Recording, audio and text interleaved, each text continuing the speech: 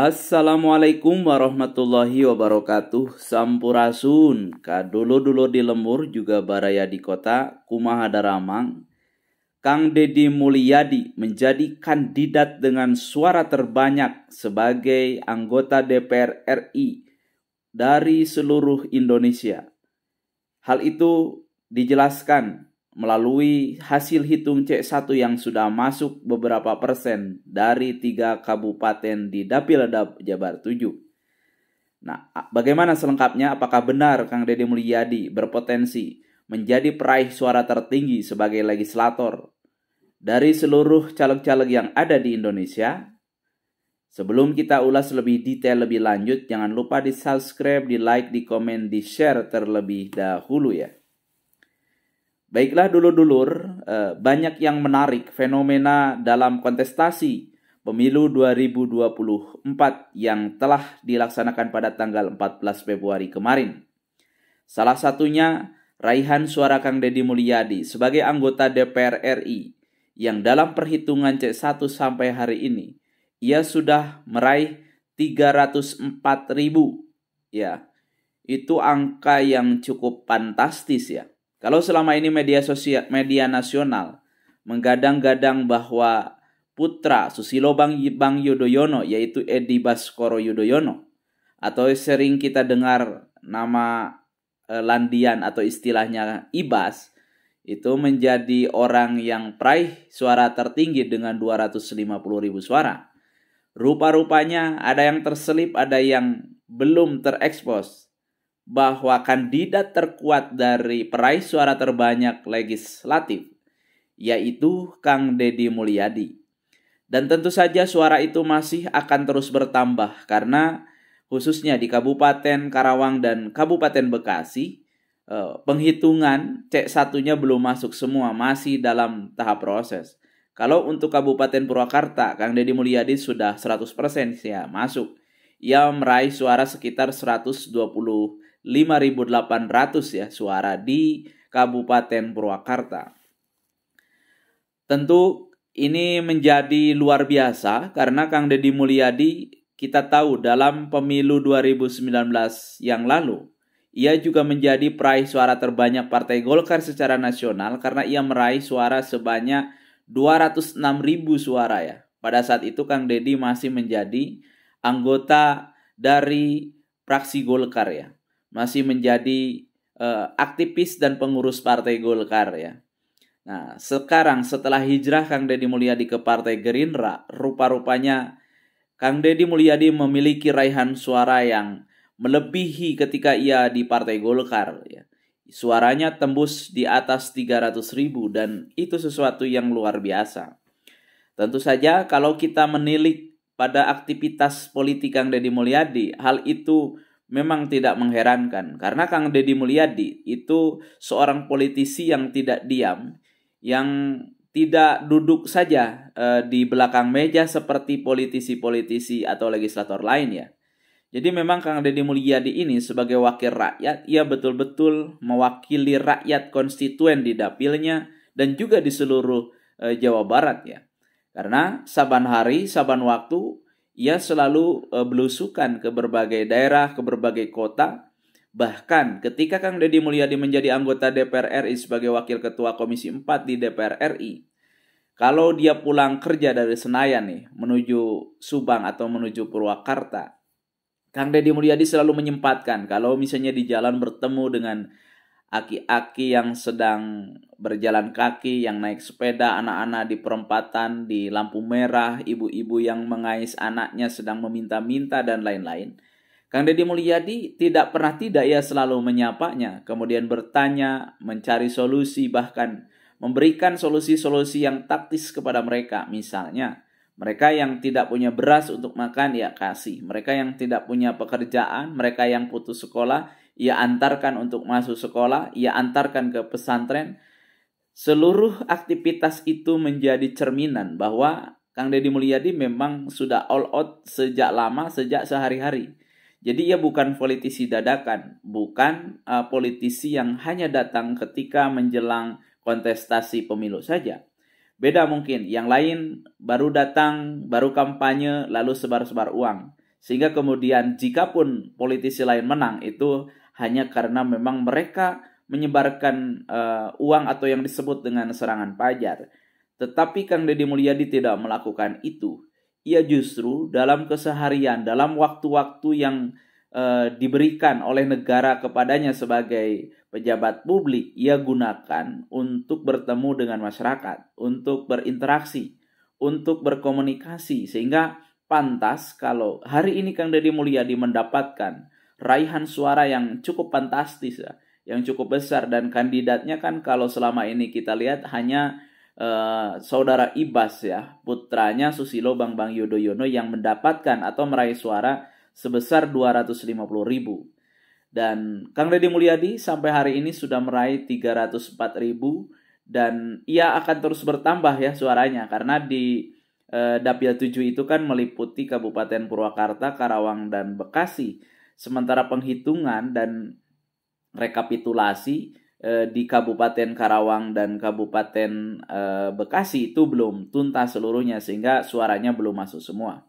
Dan ini menjadi pelajaran bagi para politisi lain bahwa seorang politisi sejati, seorang public figure, seorang yang memiliki kepekaan terhadap kehidupan rakyat terutama konstituen yang diwakilinya, tentu haruslah mencontoh model politisi legislator Kang Deddy Mulyadi, sehingga semua itu kemudian menjadi gambaran bahwa ia bekerja betul-betul untuk rakyat di dapilnya, di konstituennya.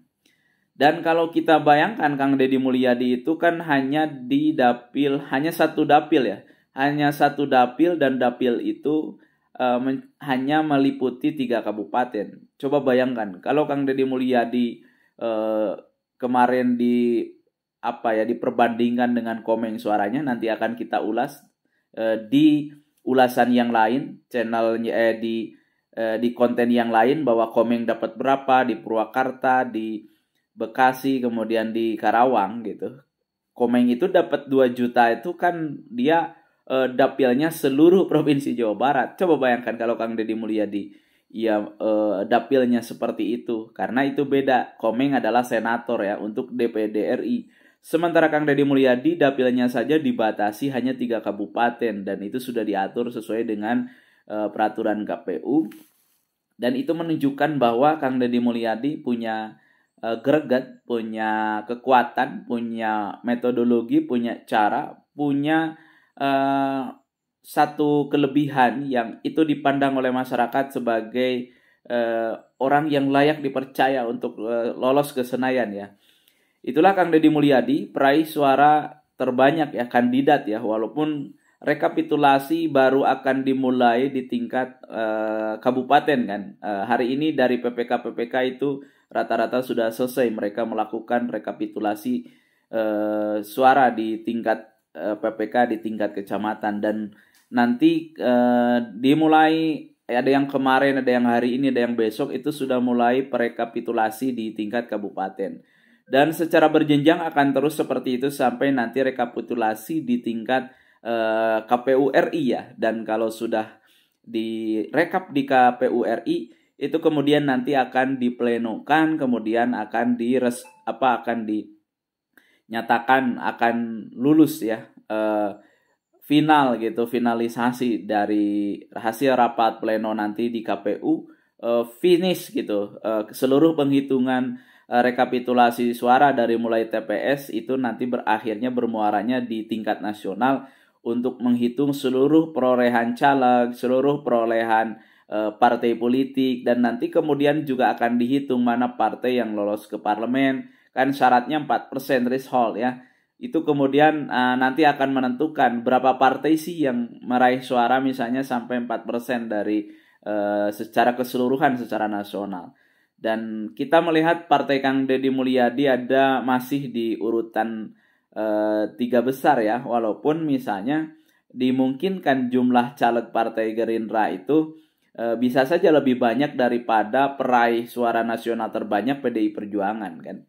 Kalau kita melihat hari ini jumlah raihan caleg itu kita melihat jumlah terbanyaknya masih diraih Partai Golkar. Sementara untuk suara secara keseluruhan jelas bahwa yang memimpin perolehan secara nasional adalah PDI Perjuangan. Kemudian disusul oleh Golkar dan ketiga itu ada Partai Gerindra, keempat ada PKB dan lain-lain lah.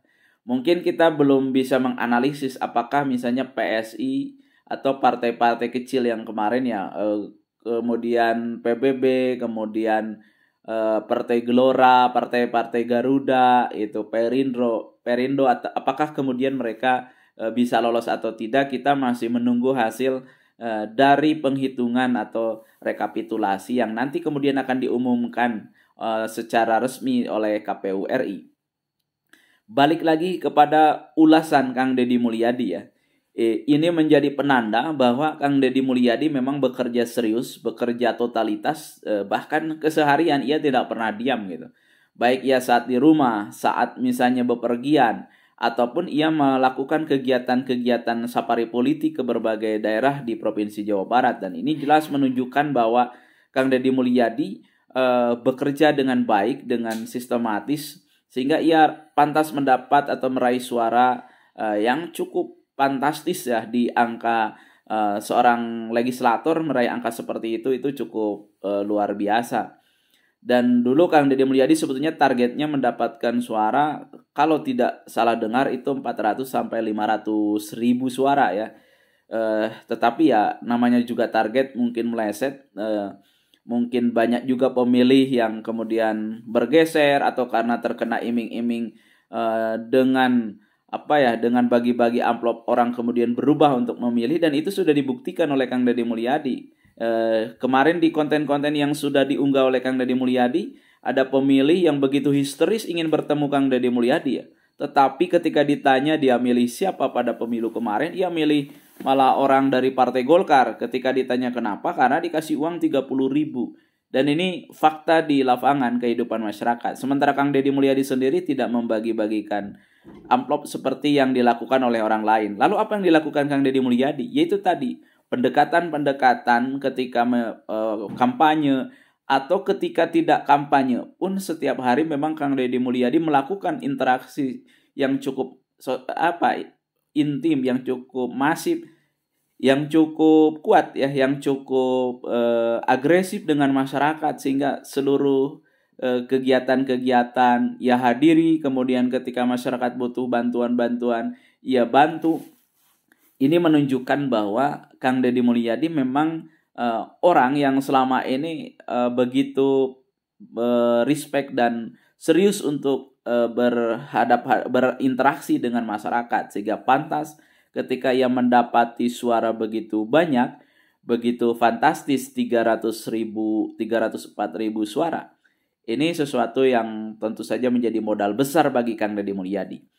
Dan tentu hasil raihan suara ini juga bisa nanti menjadi pertimbangan ya dari Partai Gerindra. Walaupun di beberapa di unggahan di momen yang lain, Kang Deddy Mulyadi pernah bilang bahwa ia hanya bekerja untuk kemenangan Jenderal Prabowo Subianto, kemenangan Partai Gerindra untuk menambah kursi di dapil-dapil di Jawa Barat misalnya. Tetapi juga patut Gerindra ini mempertimbangkan bahwa Kang Deddy Mulyadi memang layak untuk memimpin sebagai kepala daerah di Provinsi Jawa Barat. Karena memang Kang Deddy Mulyadi dulu ada cita-cita, ada upaya yang belum berhasil ketika menjadi calon wakil gubernur dari Deddy Mizwar. Nah, saya pikir Gerindra sudah tidak harus melirik kiri kanan keluar ya. Siapa di Jawa Barat ini adalah orang yang mampu mengorganisir, mampu memobilisasi, mampu meraih simpati besar dari masyarakat Provinsi Jawa Barat. Tiada lain ya Kang Deddy Mulyadi ya. Dan itu juga menjadi catatan gitu. Walaupun Kang Deddy Mulyadinya sendiri pernah bilang tidak pernah berharap untuk jadi apapun. Jadi menteri, jadi DPR RI, jadi gubernur. Tetapi saya pikir Jawa Barat butuh sosok atau model orang yang seperti Kang Deddy Mulyadi. Dan itu banyak dikatakan oleh masyarakat yang kita temui, yang Kang Deddy Mulyadi temui. Mereka merindukan pemimpin model yang punya kualitas, yang punya kesungguhan dalam berinteraksi dengan rakyat, dalam memperjuangkan hak-hak rakyat itu seperti Kang Deddy Mulyadi. Taktis ya, dan Kang Deddy Mulyadi memang sosok yang layak dan pantas untuk memimpin Jawa Barat di 5 tahun yang akan datang ya. Dan kita melihat bahwa tahapan Pilkada Provinsi Jawa Barat juga akan segera dimulai, dan saya pikir itu menjadi catatan bagi kita, juga bagi Partai Gerindra, untuk mengusung Kang Deddy Mulyadi sebagai calon gubernur Provinsi Jawa Barat ya. Untuk di satu dapil aja ya mampu meraih ratusan ribu suara ya. Dan kita berharap nanti Kang Deddy Mulyadi percayalah bahwa ia akan meraih jutaan suara ketika ia nanti ikut terjun ke gelanggang kontestasi Pilgub Provinsi Jawa Barat, karena sudah dibuktikan bagaimana cara dan kehebatan Kang Deddy Mulyadi dalam meraih simpati rakyat, dalam meraih dukungan dan mobilisasi rakyat dalam pileg kemarin. Dan itu kemudian Kang Deddy Mulyadi kan kerjanya selama jadi legislatif aja tidak hanya di daerah dapilnya Purwakarta, malah kegiatan di Purwakarta itu Kang Deddy Mulyadi jarang ya. Di Karawang, ia justru melakukan kegiatan-kegiatan di seluruh kabupaten dan kota di Provinsi Jawa Barat. Safari Cinta, Safari Budaya itu dia lakukan di seluruh pelosok di Jawa Barat kemarin ya. Di akar rumput Kang Deddy Mulyadi terus melakukan pendekatan-pendekatan terhadap rakyat, dan itu kemudian menjadi modal tersendiri bagi Kang Deddy Mulyadi nanti ke depan ketika tahapan Pilgub itu berjalan. Dan saya pikir Gerindra wajib mencalonkan Kang Deddy Mulyadi sebagai calon gubernur Provinsi Jawa Barat, karena butuh seorang Jenderal Prabowo Subianto nanti sebagai presiden, butuh bupati-bupati, butuh gubernur-gubernur yang misalnya memiliki jalur koordinasi yang mudah dan baik gitu. Ya justru seorang presiden, kekuasaan presiden butuh orang-orang yang ada di berbagai daerah itu, orang yang berkualitas, orang yang punya kemampuan untuk mengelola rakyat, untuk menjalankan misi-misi, program-program dan kebijakan gitu.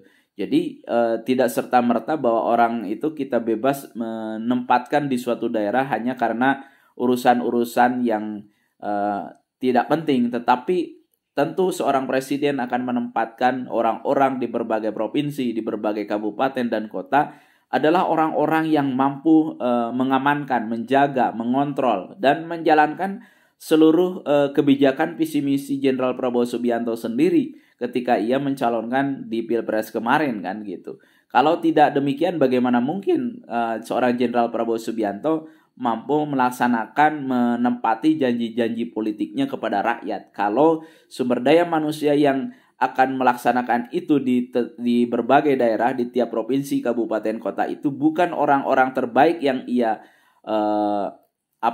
utus untuk menjadi kepanjangan tangan.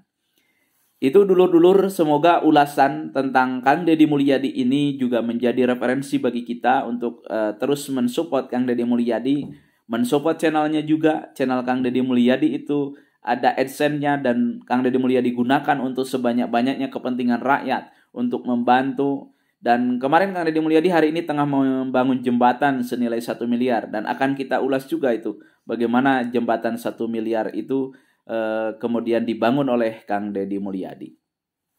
Terima kasih dulur-dulur, hatur nuhun hapunten. Assalamualaikum warahmatullahi wabarakatuh.